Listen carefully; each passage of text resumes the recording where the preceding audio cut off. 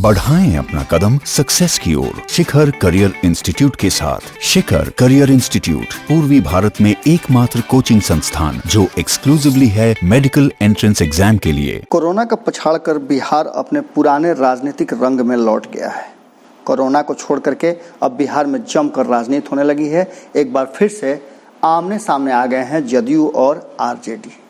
आपको बता दें कि लगातार कोरोना संक्रमण के दौरान जिस तरह से राजनीति शुरू हो गई है उसने सभी आयामों को ध्वस्त कर दिया है। किसी को अब कोरोना से लेना देना नहीं है, सीधे एक दूसरे पर हमला और तोहमतों का बाजार गर्म हो गया है।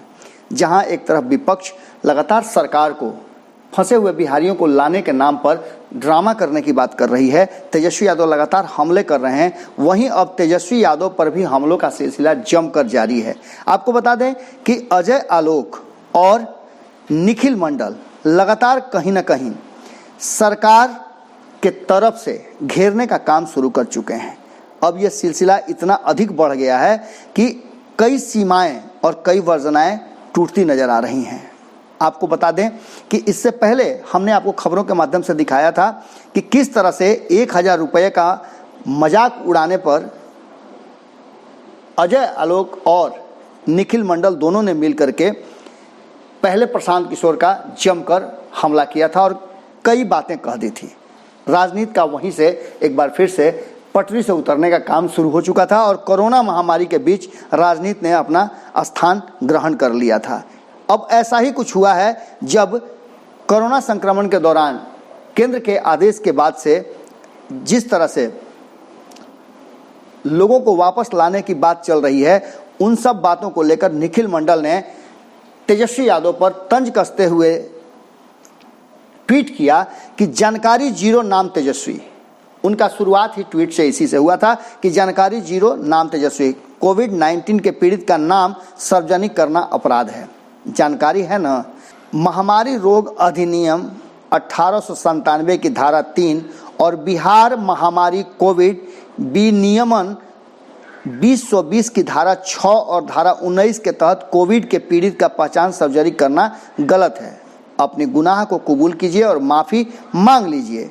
इसके बाद आपको बता दें कि ये पूरा जो मामला है उसे डोर टू डोर स्क्रीनिंग को लेकर के और खाना पूर्ति करने की बात से शुरुआत हुई थी।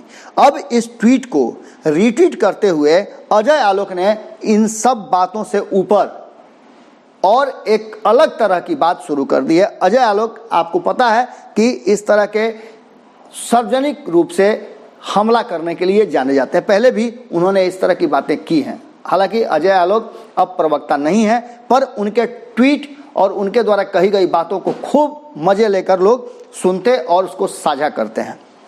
अजय आलोक ने निखिल मंडल के इस ट्वीट को साझा करते हुए लिखा है कि भैंस के आगे बीन नहीं बजाते भाई, जेल जाने का डर होता तब ना, जब पढ़ना आता ही नहीं तो एक्ट पढ़ेंगे कैसे तेजू। जबरी तेजू को छोड़ो, रोने लगेगा। वैसे भी अभी दिल्ली में अकेले फार्म हाउस से वीडियो बना रहा है। एक काम तो ठीक से सीखने दो तुम लोग, हद हो गई। अब आप समझ सकते हैं कि किस तरह से एक बार फिर बिहार में इतनी बड़ी वैश्विक संकट को भी बिहार के राजनीतिक दलों के नेता आपस में एक दूसरे पर छींटाकशी और हमले के लिए उपयोग करने लगे हैं। अब देखने वाली बात यह होगी कि इन सब बातों पर किस तरह की प्रतिक्रिया विपक्ष यानी कि आरजेडी की तरफ से आती है। हालांकि इतना तो तय है कि आरजेडी बख्शने वाला नहीं है। इन सब के बीच लगातार जैसा कि हमें जानकारी मिली है कि आरजेडी के लोग लगातार इन सब चीज़ों पर नज़र रखते हैं और कहीं ना कहीं अजय आलोक को अब इस पर घेरने का काम निश्चित रूप से बड़ी तेज़ी से शुरू हो जाएगा और यह राजनीतिक रूप से फिर एक बार महामारी के बीच राजनीति को एक बड़ा अवसर और माहौल फलने फूलने का दे देंगे। जुड़े रहें भारत लाइव के साथ। खबरों का सिलसिला लगातार जारी है। नमस्कार।